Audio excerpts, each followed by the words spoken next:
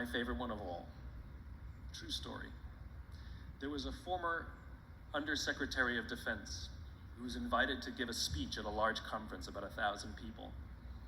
And he was standing on the stage with his cup of coffee and a styrofoam cup, giving his prepared remarks with his PowerPoint behind him.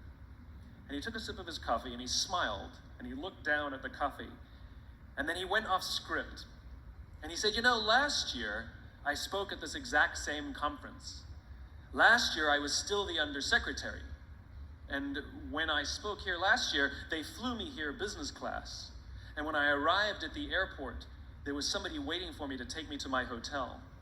And they took me to my hotel and they had already checked me in and they just took me up to my room. And the next morning I came downstairs and there was someone waiting in the lobby to greet me and they drove me to this here same venue.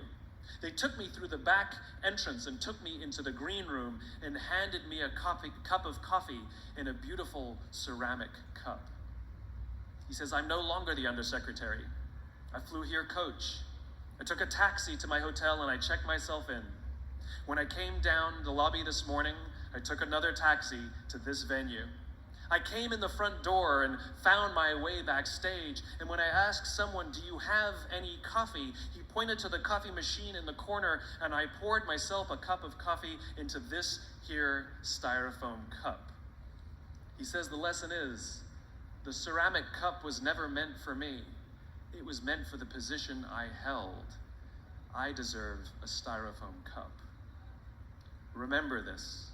As you gain fame, as you gain fortune, as you gain position and seniority, people will treat you better.